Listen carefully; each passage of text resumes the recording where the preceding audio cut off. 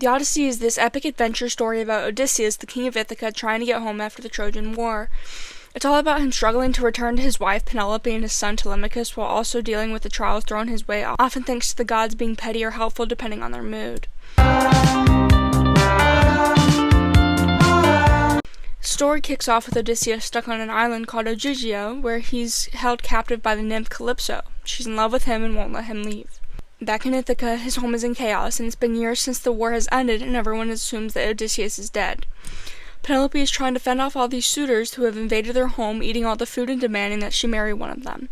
They're a rowdy, obnoxious bunch. Telemachus, Odysseus' son, is at his wit's end, feeling powerless and missing a dad he barely knew. Athena, who really likes Odysseus because he's clever and resourceful, decides it's time to help, having favoring the man.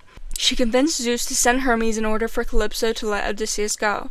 Meanwhile, Athena disguises herself and heads to Ithaca to give Telemachus some hope. She tells him that his father is still alive and suggests he go on a journey to find out more. This is where Telemachus finally starts to take charge of his own life, and he goes to visit some of Odysseus' old war buddies, like Nestor and Menelaus, to see if they've ever gotten any news about his dad. It's a little subplot that shows Telemachus is growing up and learning to be a leader. Now, back to Odysseus.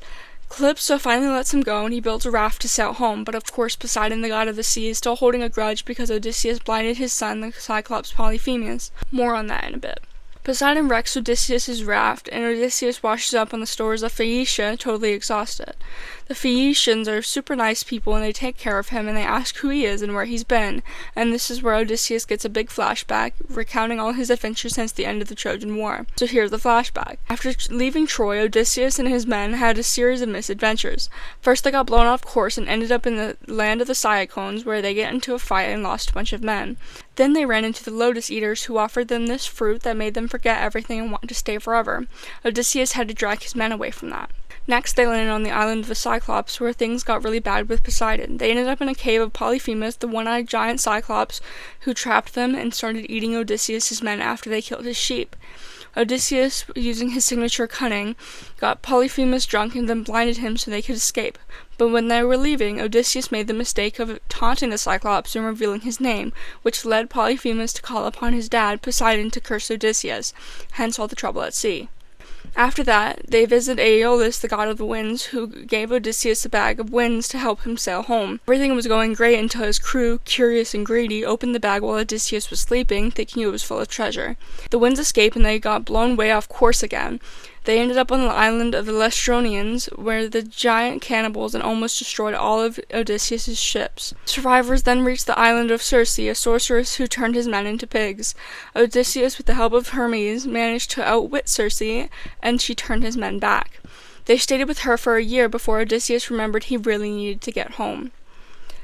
Before they left, Circe told them they had to visit the underworld to get advice from the prophet Tiresias. In the underworld, Odysseus met a bunch of spirits, including his mother, who had died of grief waiting for him, and his old comrades from the Trojan War. Tiresias gave him advice on how to get home and warned him about upcoming dangers, like not to mess with the cattle of Helios, the sun god.